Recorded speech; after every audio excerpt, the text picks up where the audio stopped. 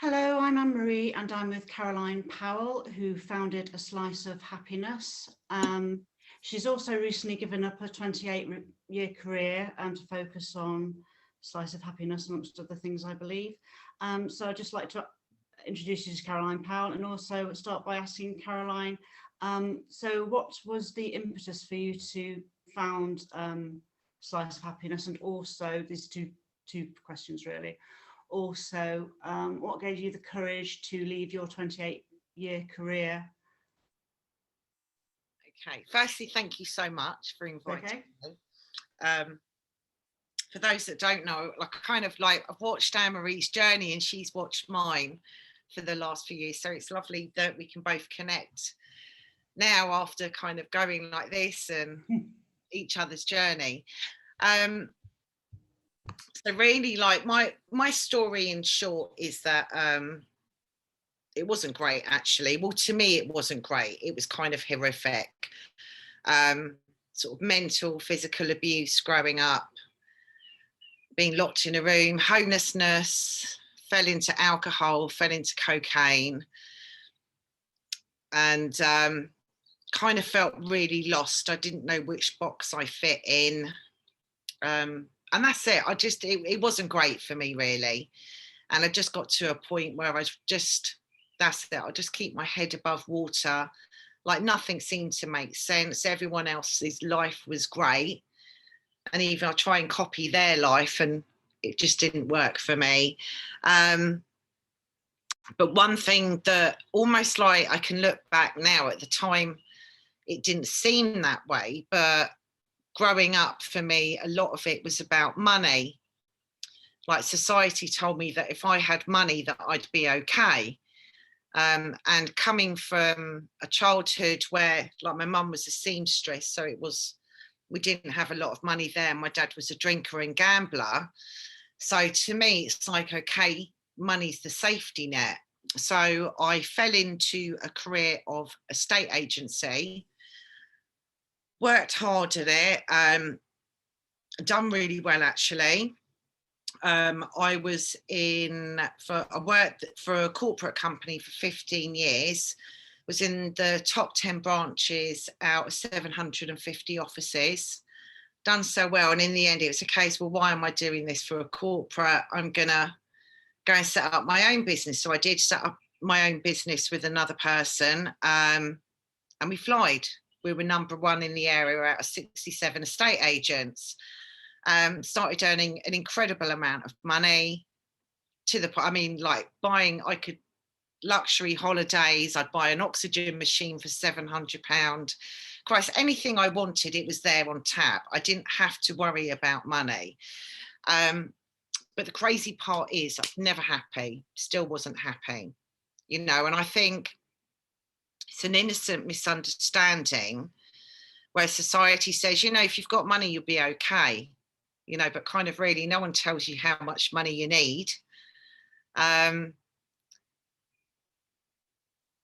I'll be honest, like I just started behind this mask here. And that's what I loved about estate agency. I could go in there and put this act on, you know, and they say estate agents, isn't it? They kind of have this way about them. And it is, I could go in and I could put my sales face on and that was me. But behind that, I was just sinking further and further. Failed relationships. There was twice I'd wanted to check out. Remember being on the phone to like 999 and I was like, these thoughts are coming in. I'm scared. It was horrible. I start 2 failed marriages. Like friends just started falling away, not because of an argument or anything, but it became too difficult for them to be around me and see me suffering all the time. And then I came across an understanding called the 3 principles. And through a friend of mine whose life she completely transformed. And I was curious about it because I tried everything: CBT, hypnotherapy, NLP, Reiki, the gym. I mean, honestly, anything you can think of, I tried it, right? don't think I spent thousands. And there was this thing called the 3 principles, and I tried to Google it. She's like, you need to do it. And she'd scared me because she changed so much. And I was like, nah, I'm not interested. I'd Googled it. I couldn't really find anything about this thing that she'd been on. So I was like, I don't know what you've had, but there's nothing on the internet about it. I'm really not that sure about it. And then there was a 1-day course, and I went on, and it wasn't about the 3 principles, but that was weaved in within it. And there was a Scottish man on a video that I really didn't understand what on earth he was going on about.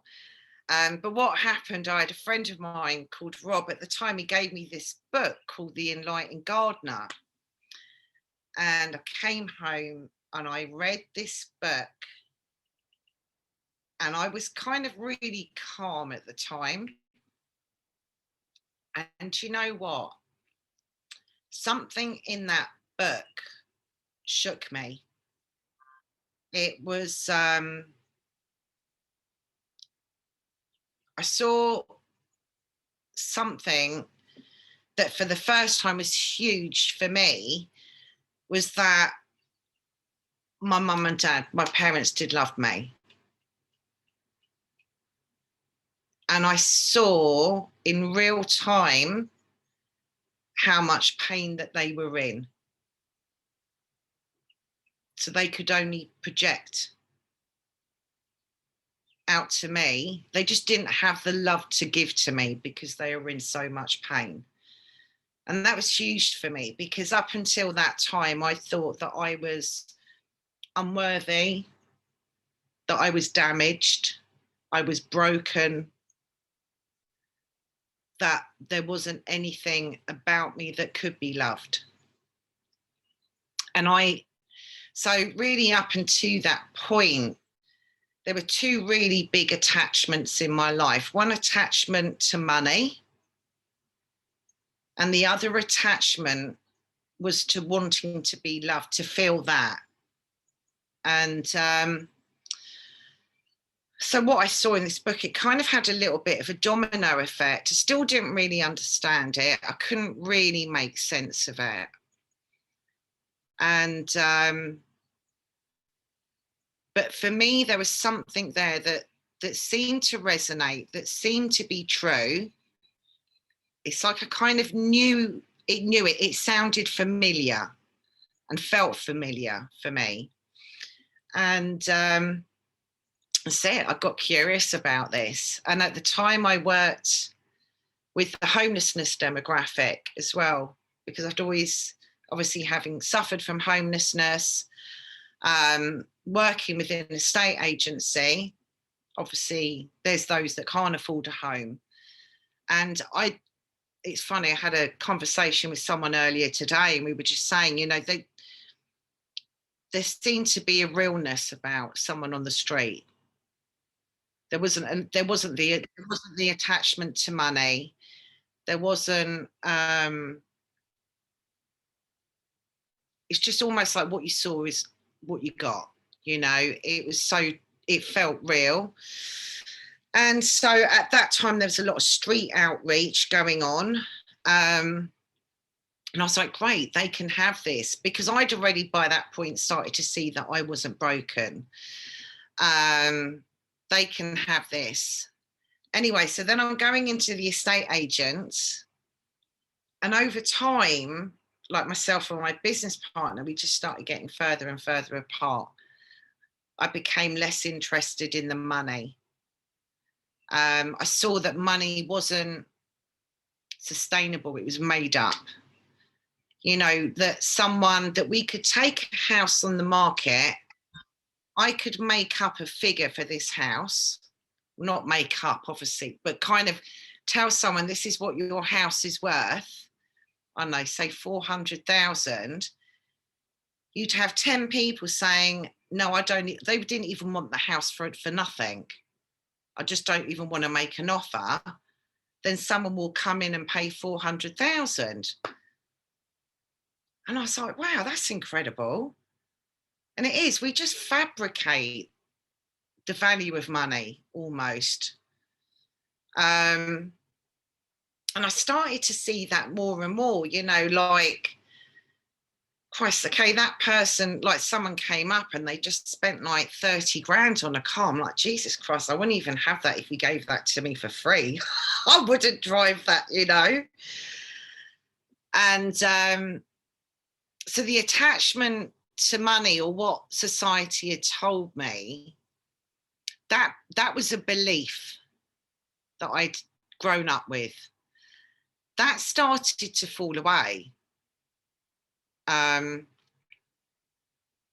something else, whilst I was going through this journey with the 3 principles, something else more beautiful started unfolding there.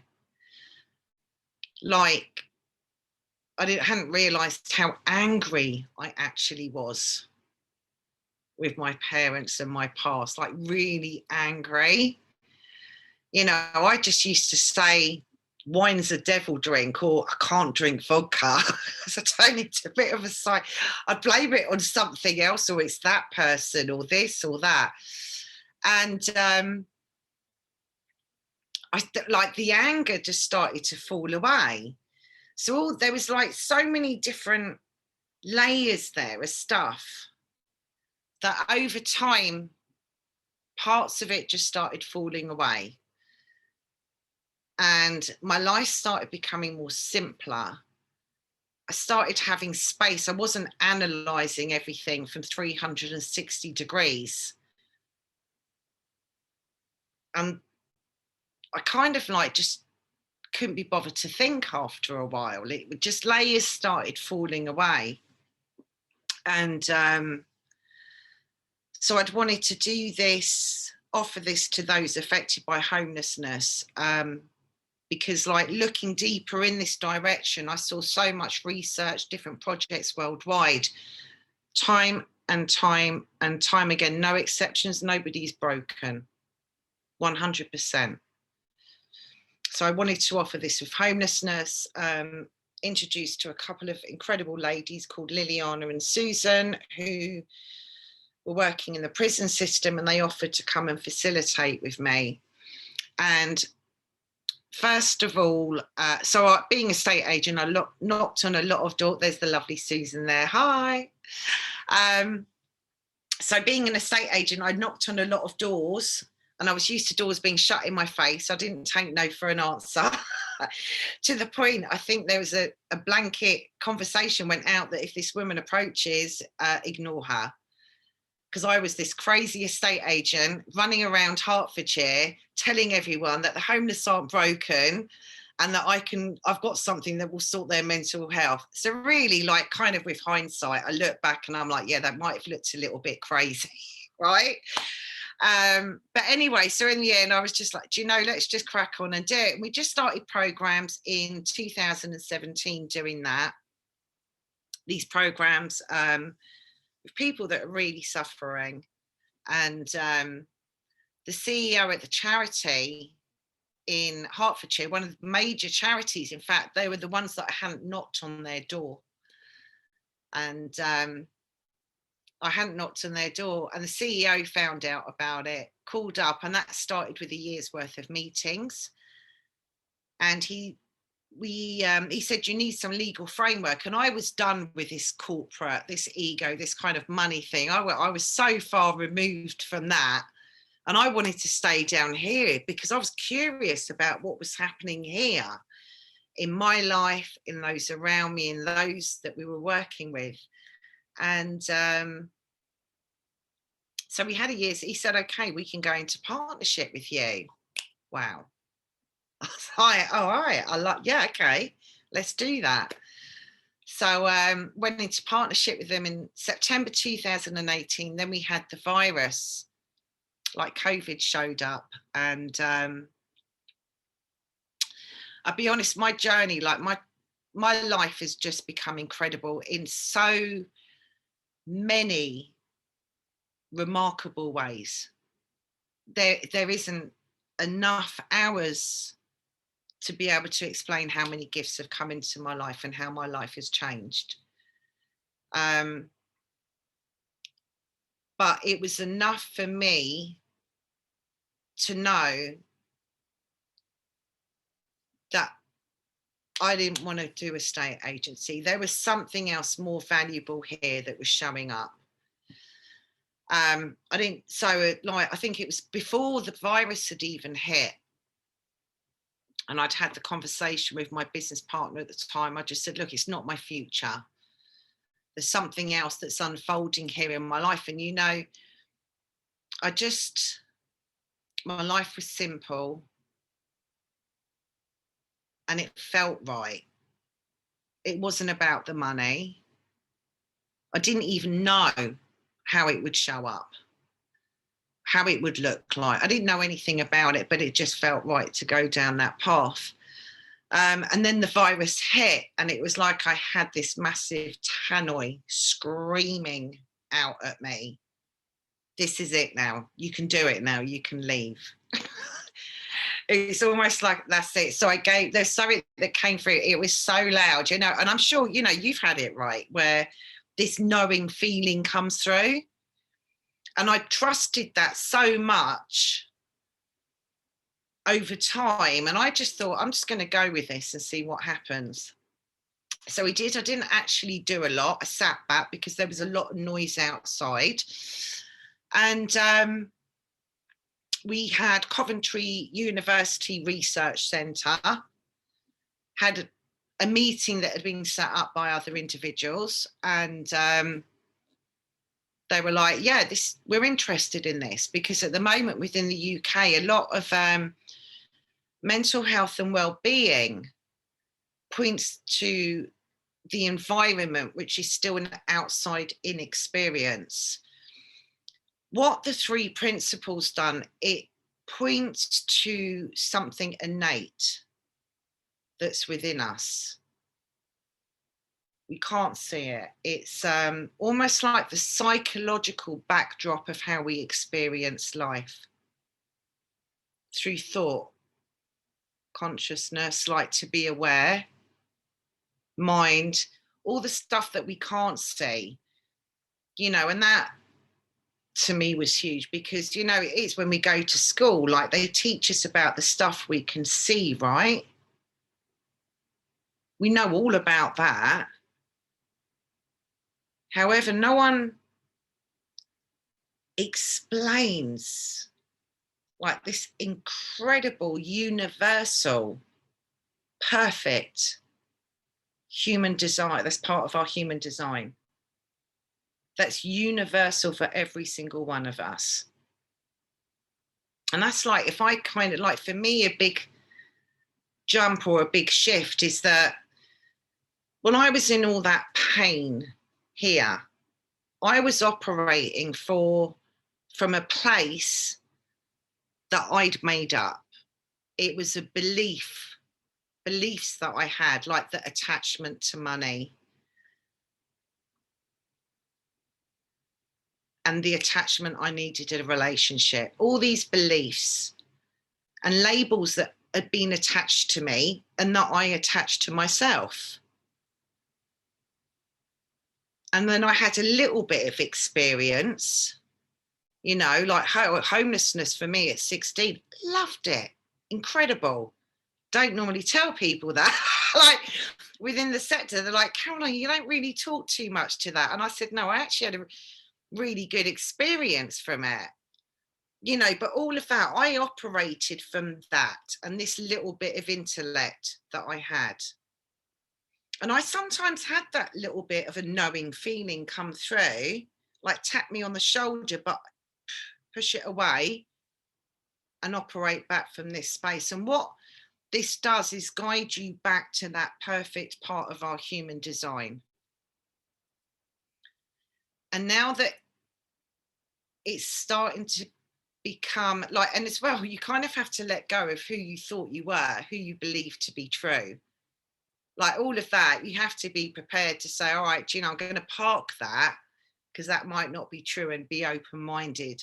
Because the other part, you can't see that. We know it's there. but we can't see that. So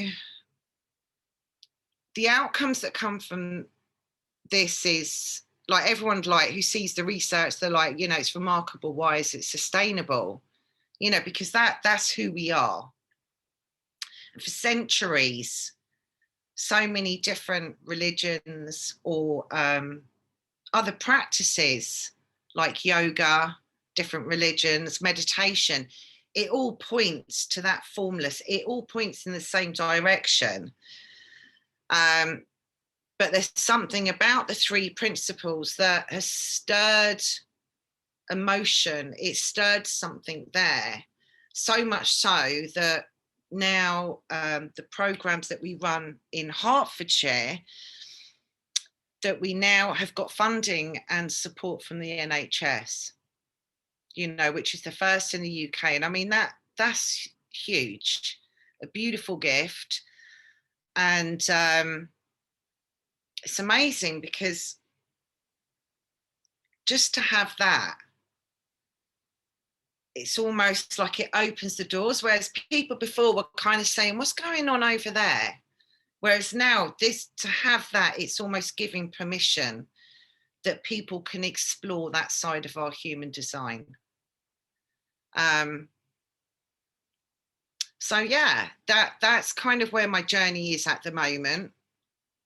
To be able, like, I spend more of my life operating from this part I can't see and trusting that more, like wisdom, thought. I'm aware that I think, you know, no one told me that, you know. It's like I thought every thought that came in, I had to start having a little party with it, you know, enjoying it. But there's so much that comes from that.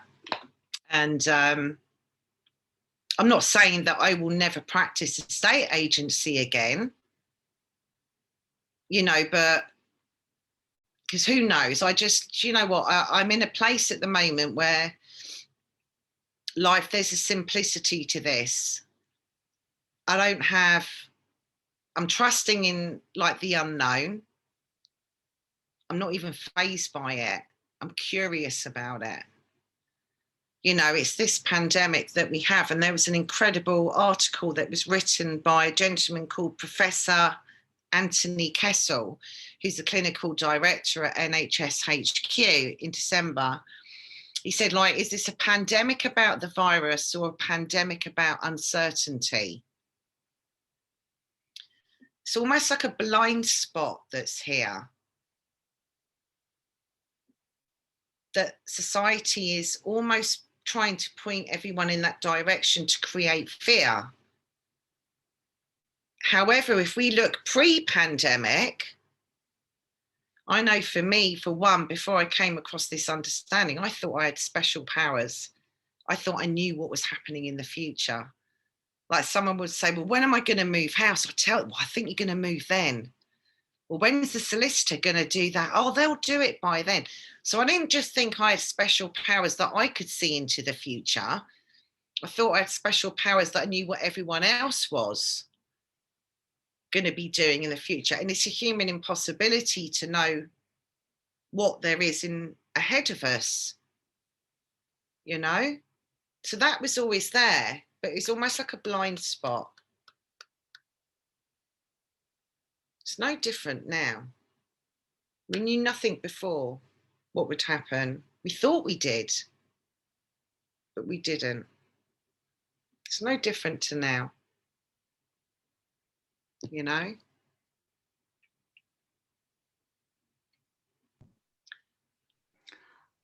I'm just curious, sort of going back a bit, when you were homeless, obviously it was before you had the understanding, how did you get out of that situation? My dad won. My dad was a gambler. So my dad won some money at the bookies and was able to put £2,500 deposit down on a flat. That's kind of showing you my age because, but you know, okay, so we just there, I love that you brought that up, Anne-Marie. So even when we go there, like, you know, as I said, like to me, that was really enjoyable. I loved it. I loved it. But do you know the only difference, why I loved it to someone who doesn't love it, is they're thinking about it. I've had a gentleman who's been on my program before sleeping on the streets. And at the end, he said, I know I'm sleeping on the streets. I'm actually the happiest I've ever been. I know the ladies that have worked in the prison, and I've been blessed and really grateful that I've been able to shadow one of those programs. But the same as that, even though we're in prison, we feel the most free we've ever felt. You know, this belief that's kind of, it's almost like a rule book of life that we get stuck into. You know, like you have to have your dinner at dinner time, lunch at lunchtime, and just like everything is so robotic. Whereas this gives you permission to be who you are without breaking the law. You know, you can do it within confinements, but it gives you a freedom to break free of who you thought you were or who you think you are, you know. If you'd said to me 5 years ago, and maybe 6 years ago, when I'm getting texts from a dealer the next morning, I owe him £400, the biggest hangover, and I've got to drive back from Bournemouth, that I'd be here today, right, in a really, just like really nice space. You know, that I'd have crazy, yeah, I'd still have like a negative emotion coming, but you know what? It wouldn't grab hold of me, that I wouldn't be doing cocaine. I'd be using a new approach to mental health in partnership with Coventry University that's going to be funded and supported by the NHS. Really? When you're able to see outside of this, who we think we are, this, when you see out there, there's infinite potential and even creativity that comes from us, that we're able to do things and experience life in a way that we never thought was possible.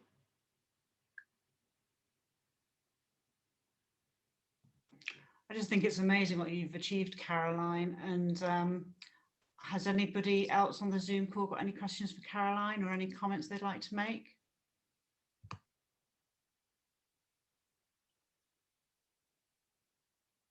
Yeah, Caroline, I'd just like to say it's an amazing story. Can resonate with that so much. Apart from the estate agent bit, I mean, IT. That's a good thing. But yeah, drink, drugs ruled my life for a long time, and yeah, this understanding saved me. So absolutely beautiful. Thanks, darling. Really appreciate that. Oh, thank you so much, Peter. Thank you. Love that. I love it. And do you know what? We've got every single human being has access to this. And this is what I love. Like, this isn't something we have to learn. It's innate. I mean, how incredible is that? That we're born with this. We don't even have to go out and get it anywhere. You know? Hayley, what are the 3 principles? See, that's a really good question. Really good question. So intellectually, the 3 principles is mind, consciousness, and thought. However, if you kind of strip past that, it's energy. You know, like there's the part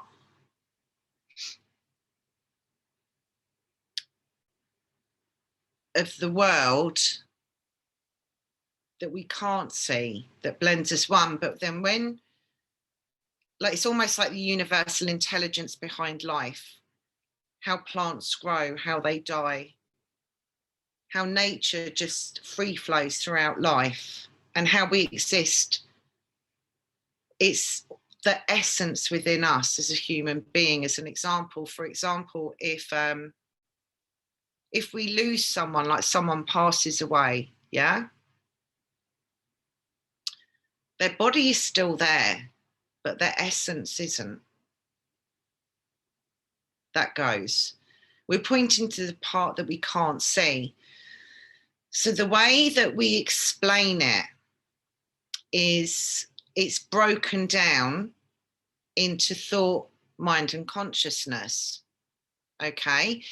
However, when we go into that, if we go straight into, say, mind, consciousness, and thought, our automatic go-to is to intellectually start trying to work this out, right? And this is something beyond that, okay? But even if we were just to look at just those three parts there, like there's mind, you know, and again, that's just a word for someone to help understand it. Whereas mind is, it's there. Some people can call it God, some people call it spiritual, some call it mind, some call it energy. Whereas within the three principles, we call it mind. So, but it can be used. This is what I love about this, how it's universal. Like we have individuals from so many different faiths. And when we start stripping past that, they're like, Caroline, this is what we say. Yeah, I know. You know, then we have something called thought, which is like, we all know that we think, right? That's a fact. And the best way I can describe a thought is almost like so they say we have 60 to 90,000 thoughts that are free flowing. If you can imagine the lazy river, yeah? You've got 60 to 90,000 of them going through 24/7, and they're like clouds. Okay, if you look at a cloud with a blue backdrop, i.e. say mind, behind, you look at a cloud, it looks real, yeah, from where ground level, it looks real, it looks like it's solid, yeah. If you go up in a plane, it will take you straight through that. It's formless, just appears to be real. And that's what happens with our thoughts. They can sometimes seem so real. And it's almost like they're brought alive through something what we call consciousness. It's to be aware, to be conscious of it, you know? And then we start kind of following down this path. Like, for example, like a crazy fact is that, you know, we feel what we think, no exceptions. That I can sit here now and say, this is really crap, I'm just not enjoying this, and I will feel that emotion. Or I can allow that to pass and like, wow, this is just beautiful. And I feel that. And we see that with different situations. Like we can, like, so the virus that's outside, I'm sure every single person within this room at the moment, we've all had a different emotion and a different thought about it. And it's amazing how it can change shapes. So we explore that part, how it can change shape, how it can affect the way we look at life. I mean, it's infinite. It's infinite.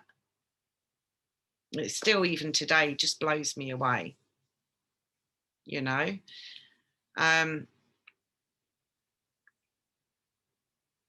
It's a part, and it's familiar, it resonates because it's who we are.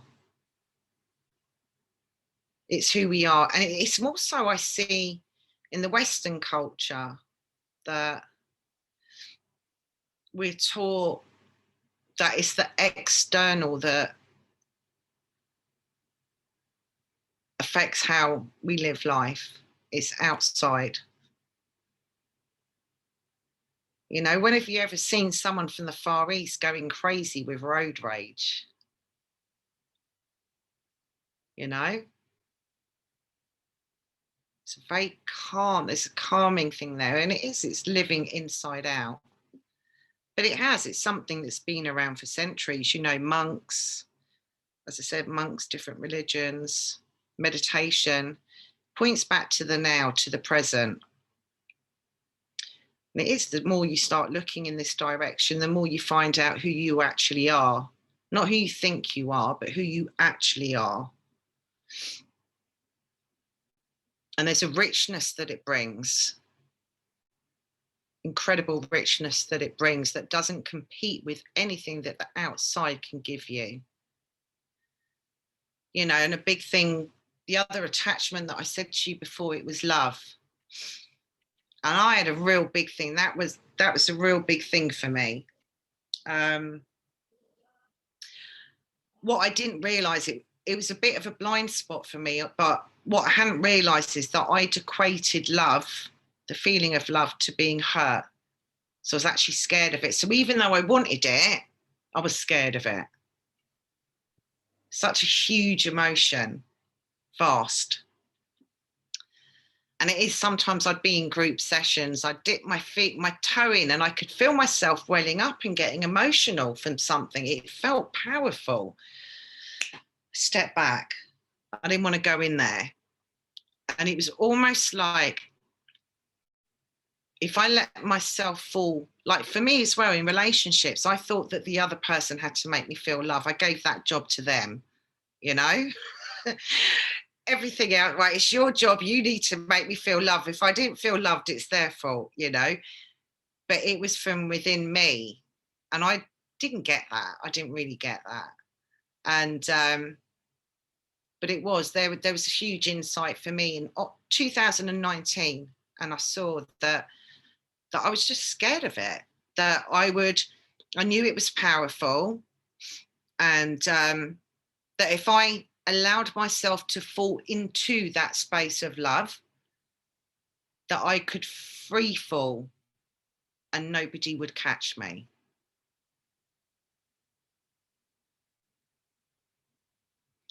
And then I kind of got caught up in another bit of thinking that I'm never going to be able to experience love again.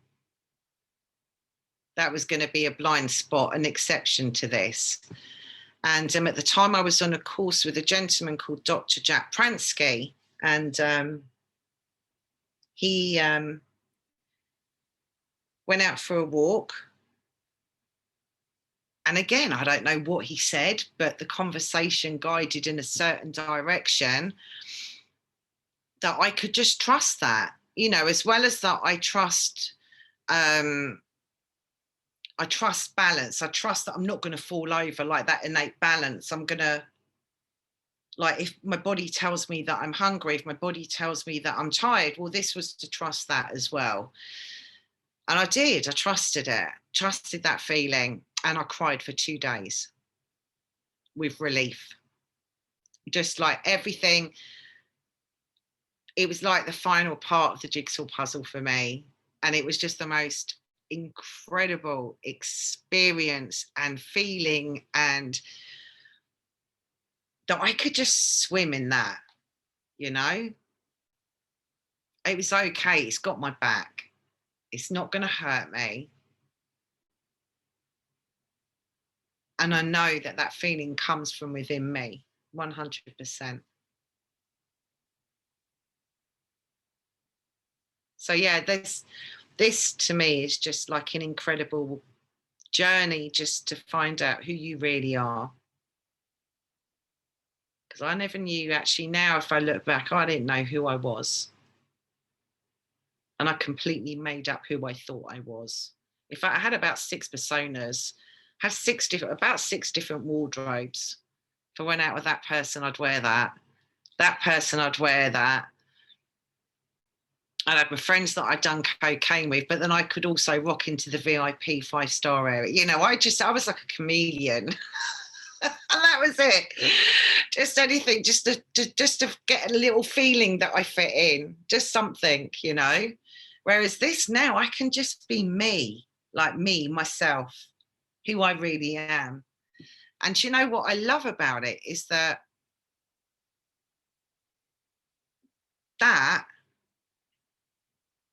blends in everywhere. because, and I love that. That's just like we've sat on a pavement having a conversation with a homeless person or one of the directors in NHS, and I can just show up as me.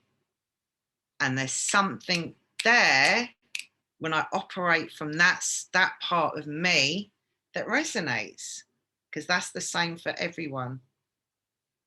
And I love that. It's really cool. It's fun. So yeah, I'm really enjoying my journey of COVID. How's everyone else getting on? So, yeah. It's resonated so much with what you said, especially around love, because I had a big insight around love last week where I realised all the negative attachment I had around the word love and saw it almost like in a negative context. And also when you were talking about being happy, being homeless, I can understand that because it's like freedom. Yeah. Gives you freedom. Being homeless, you're free. Yeah. You know, it's this belief. I love that. I mean, I would like say to the guys, it's like they talk about the streets and I said, but this is your home. You know, again, I just see it's just a belief that you have to live in a brick house.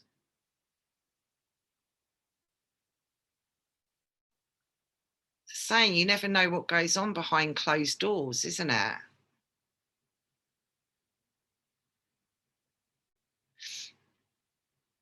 I could live on a tent in a beach and I actually think I'd be happy. Like just listening to the waves and like I think it'd be an incredible experience.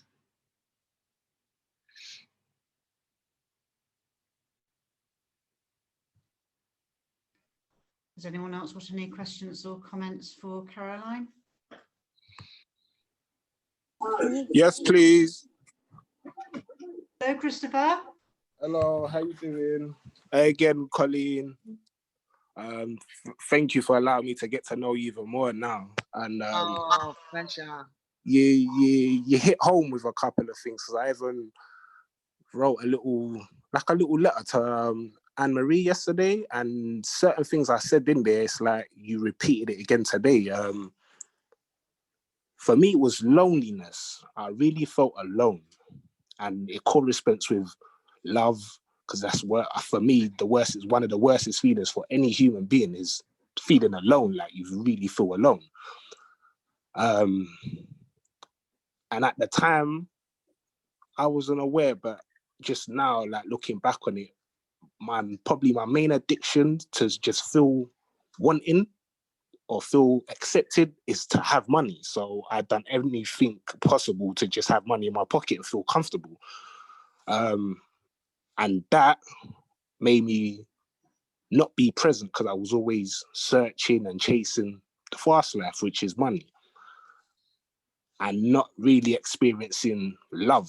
And every time I felt I did have that love, it wasn't really love, because I was, like Pete must have said it one time, like just like buying their affection, and that's not really right. Or even how I got introduced to cocaine is just the partner I was with at the time, just to feel comfortable and to feel want. I would do it with her. So I became addicted just because I wanted to feel a sense of belonging. So I became to dwell in drugs.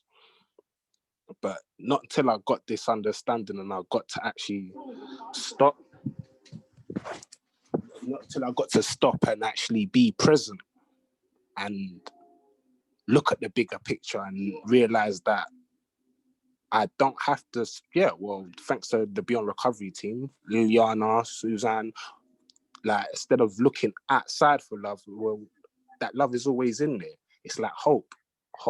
It runs through our veins. As long as you be present and you're in that silent state of mind, because normally when things have gone wrong for me, I would always jump in my head out, how can I sort out this problem? But sometimes you don't need to sort out anything, just let it be.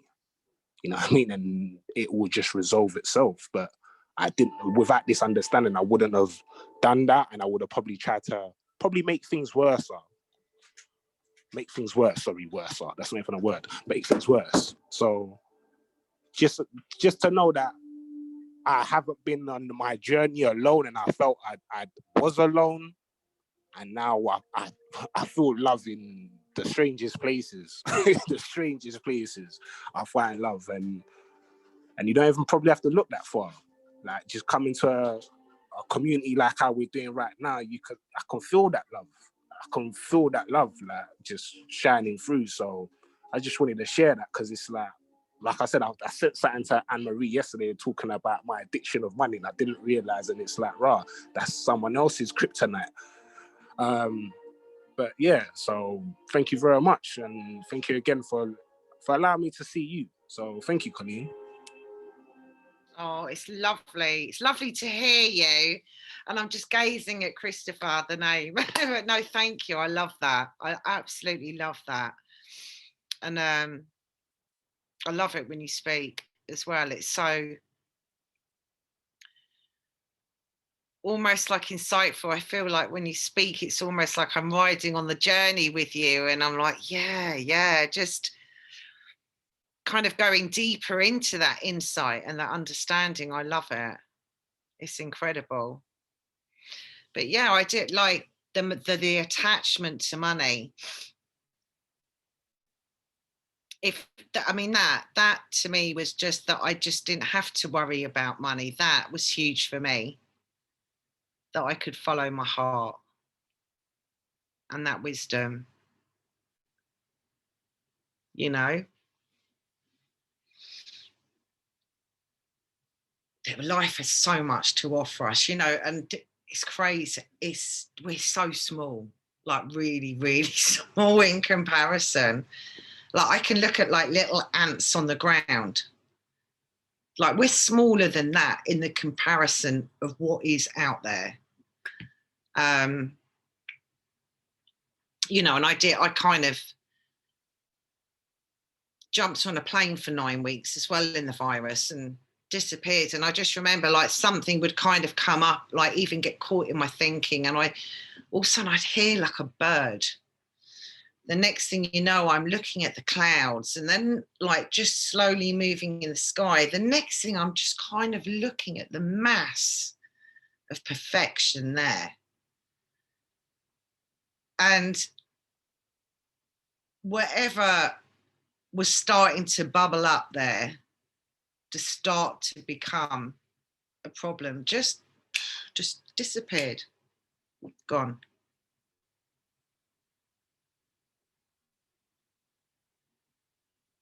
It's like I've got woods at the bottom of my road, and I've lived here since 98. Before we went into lockdown, I think I've been down there a handful of times. It's only at the bottom of my road. But it's like now, wow, I'm going out for night walks. I'm forest bathing. I'm loving seeing nature in so many different ways and to experience it. Like, I can do the same walk every day. Every day it looks different. Every day there's a different experience that comes with it. But because I've got space there, I've got capacity to be able to enjoy that. So I spoke to Anne-Marie earlier, and I said, you know, like we had a spa session today with our group in Watford. And I got asked a question, so what do you do with all this extra time? I said, I don't know, just kind of wait for stuff to show up. But you know, the crazy thing after that, I thought, like, time has, when we're present, time doesn't exist. Clocks don't exist when we're present. If you go on holiday and you're just in that moment enjoying it, it goes like that. When you're at work, if you're not enjoying it, you've got a bit of crap thinking around it. You're literally, oh God, only 5 minutes. Oh my God, it's only 5 minutes gone. You know, it's an attachment to time. And when you're present, you can just enjoy, because that's all that exists. It's just that moment, just then. But so I spoke to Anne-Marie and I said, you know, this lady was like saying, what do you do in your time? I said, I just kind of became aware of that after we'd finished the programme. And so I got myself a cream egg. Oh, wow. It took me 20 minutes to eat this cream egg. You know, I was eating all the way around it. Then I was tasting that little bit, then that. Seriously, I really enjoyed that. It's like I've never eaten a cream egg before. 20 minutes to eat it. I got so much enjoyment out of that. So now that advert, when they said, so how do you eat yours? I get that now. He must have an understanding of the 3 principles, because I just had the most incredible experience. And I know it sounds really small, but I got a lot of enjoyment from that.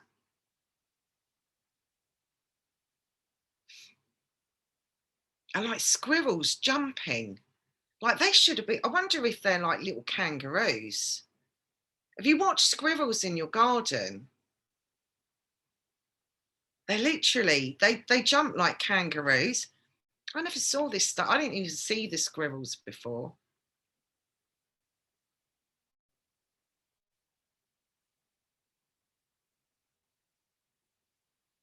But so yeah, life shows up really differently for me.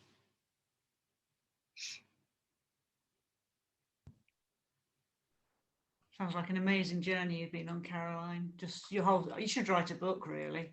I'm just thinking, you should all put it down on paper. I don't know if knowing about separate realities, I don't know if I'd actually ever complete it, because I'd write a chapter one day, then a week later going, or like a different level of consciousness, and I think I don't like that. I think it would be like the never-ending book. I could just keep rewriting the same chapter, looking at it from different realities. Yeah. Oh. Thank you, though. Has anybody else got anything else to add or ask Caroline? It's just been a lovely call. Can you hear me okay?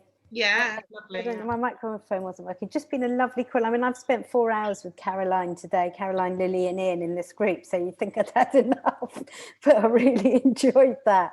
It's lovely. She's looking lovely and looking well. It was lovely to hear it. And, you know, even having spent all that time with you, I've never really heard the whole story or that part of the story told like that. So it's a lovely space you've created here, and it was really lovely to hear that, and a massive treat. I know I'm speaking for Lily as well, for us to hear Christopher talking. He's just, it's always a joy to hear it, and it's like it's been a while since we've heard him, so big treat. Thank you.